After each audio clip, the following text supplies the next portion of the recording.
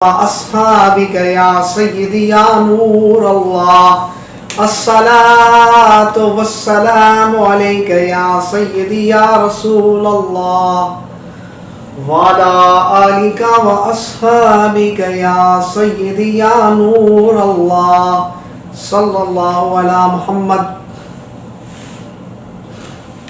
آج کی حدیث کو ہم نے عبارت کو انالائز کرنا ہے. آج کی ہم نے عبارت کو انالائز کرنا ہے وہ سورت اثر ہے. آج کی جو عبارت کو ہم نے انالائز کرنا ہے وہ سورت اثر ہے. اب سورت اثر کو نحوی اعتبار سے ہم نے یہ دیکھنا ہے کہ یہ عبارت میں کیا بن رہا ہے. اب دیکھیں یہاں پر والعصری ہے.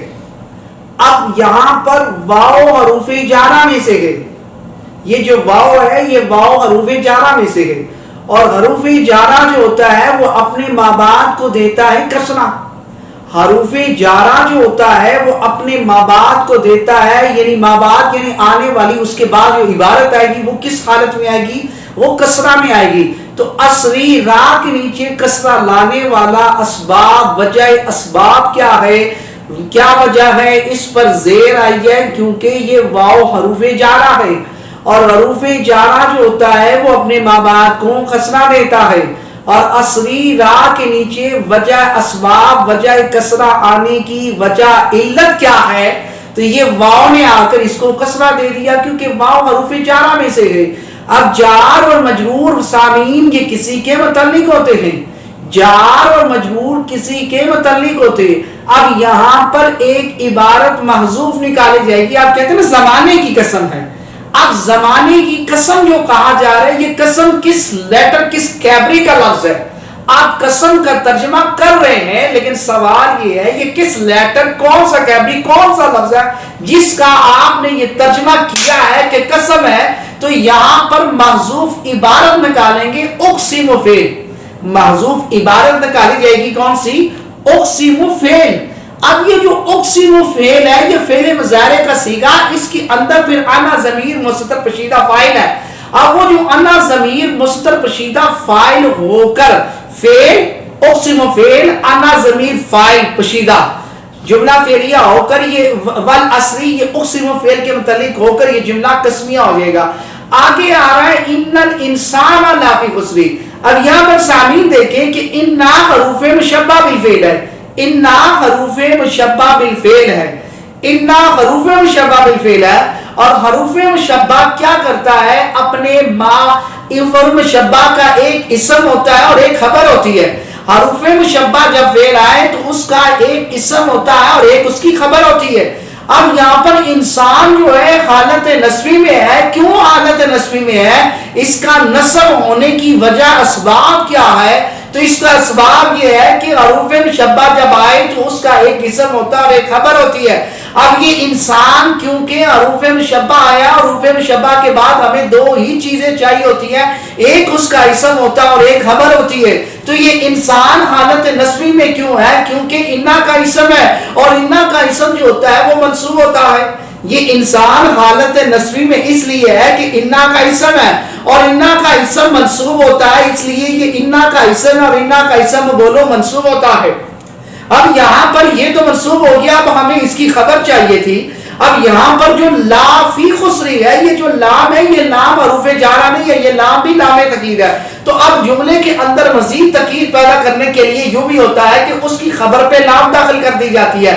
تو اب یہ جو لا فی خسری یہ اس کی انا کی خبر ہے اور خبر میں اگر ہم نے خبر میں مزید تاکید پیدا کرنی ہو جملہ اسمیہ میں تو پھر اس کی خبر پہ لام داخل کر دیا جاتا ہے اور یہ جو لام ہے یہ لام تاکید ہے.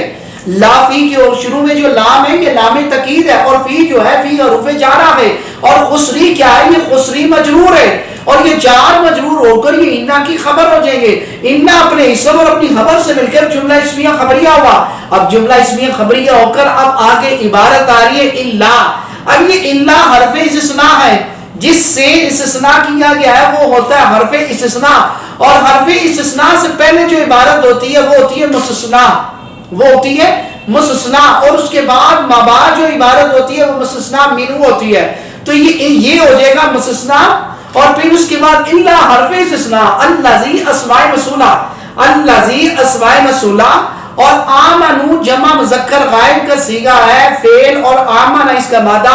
اب اس کے بعد فعل اور واو علامت ضمیر فاعل.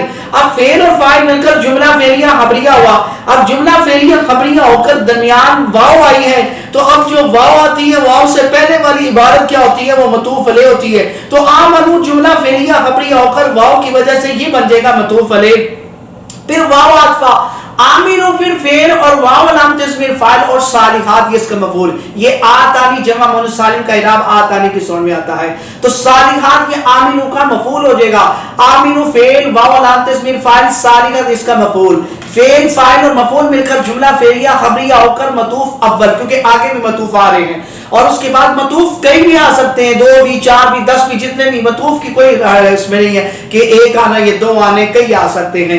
تو آمین الساریات تو یہ معطوف اول ہو جائے گا. اور پھر اس کے بعد واو عاطفہ اور توسط فعل فاعل اور بالحق کی بات جار اور حق کی مجرور، جار مجرور ہو کر توسط فعل کے متعلق، فعل فاعل اور متعلق کے فعل مل کر جملہ فعلیہ خبریہ ہو کر معطوف دوئم. اور پھر اس کے بعد واو عاطفہ توسط فعل فاعل اور بالصبری جار مجرور توسط فعل کے متعلق ہو جائے گا. توسط فعل اور فاعل اور بالصبری جار مجرور متعلق کے پھر جملہ فعلیہ خبریہ ہو کر معطوف سوئم. اب یہ معطوف اول، معطوف دوئم، معطوف سوئم، یعنی تینوں معطوف مل کر مرکب عطفی ہو کر پھر الذی اسماء موصول کا صلہ، اسماء موصول کا صلہ مل کر یہ بن جائے گا مستثنی منہ، کیونکہ حروف اصلاح سے پہلے جو ما بعد ہوتا ہے وہ مستثنی منہ ہوتا ہے. جملہ فعلیہ ہو کر الذی موصول کا صلہ، موصول صلہ مل کر مستثنی منہ مل کر پھر اس کے بعد یہ انا کی خبر، انا اپنے اسم اور اپنی خبر سے مل کے جملہ اسمیہ خبریہ ہو کر یہ جواب قسم ہو جائے گا. قسم اور جواب قسم مل کر یہ جواب قسم ہو جائے گا مقصود بندا. تو اب یہاں پر فرمایا کہ زمانہ قسم اثر کی، جو زمانہ بے شک زمانہ خسارے میں ہے، مگر جو نیک اعمال کیے اور اس کے بعد ایمان لایا اور نیک اعمال کیے اور پھر اس کے بعد اس نے صبر کیا، اس نے نیک عمل کیے اور آپس میں حق کی بات کی وصیت کی، حق کی بات کی وصیت کی، اور حق کی بات وصیت کرتے پھر اس پر صبر بھی کیا. کیونکہ حق کی بات کرنے سے بہت سے لوگ مخالف بھی ہو جاتے ہیں، مخالف ٹیم ہو جاتی ہے. اب اپنے کسی بڑے کو سمجھائے وہ کہتے ہیں کہ تم آج کا پیدا ہوا اور ہمیں سمجھائے گا.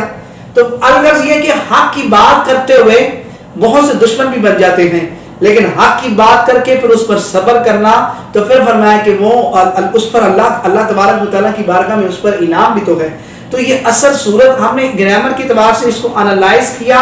یہ مقاصد اور یہ مقاصد عبارت کو انالائز حل کرنے کا مقصد کیا ہے کہ آپ قرآن جیس کی عبارت کو سمجھیں. یہ جتنے بھی قرآن مجید پر اعراب لگے ہوئے ہیں، یہ شد مد گنے، یہ کس فارمولے سے لگے ہیں؟ یہ جو آپ کو پڑھائی جا رہی ہے نا صرف و نحو، یہ صرف و نحو کی مدد ہی سے قرآن مجید پر اعراب لگے گئے ہیں.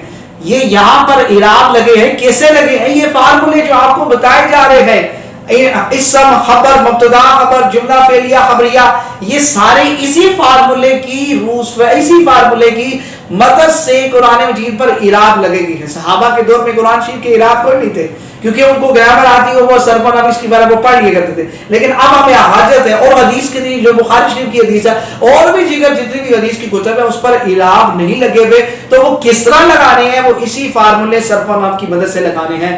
اور یہ ہمارا کاوش ہے. اللہ تعالیٰ حضور کے نرنے پاک قسم کا میرے لیے اور آپ کے لیے توشہ نجات بنائے. آپ اسے شیئر کریں، جو بھی اس سے فائدہ اٹھائے گا وہ میرے لیے اور آپ کے لیے توشہ نجات بنے گا. ثواب کے لیے سے شیئر کریں تاکہ جو بھی اس سے فائدہ اٹھائے گا، جو اس کو سمجھے گا، پھر آگے سمجھائے گا، پھر وہ آگے سمجھائے گا، تو یہ نیکیوں کا میٹر چلتا رہے گا. تو نیکیوں کا میٹر چلانا چاہتے ہیں، صدقہ جاریہ کرنا چاہتے ہیں، تو صدقہ جاریہ کے اندر آپ بھی شامل ہو جائیں. آپ اس کو شیئر کریں، جو اس سے فائدہ اٹھائے گا، جو اس سے سمجھے گا، وہ میرے لیے اور آپ کے لیے توشہ نجات بنے گا. اللہ تعالیٰ حضور کے نلین پاک صدقہ میری اور آپ کی بے حساب بخشی فرمائے. صلی اللہ علیہ وسلم.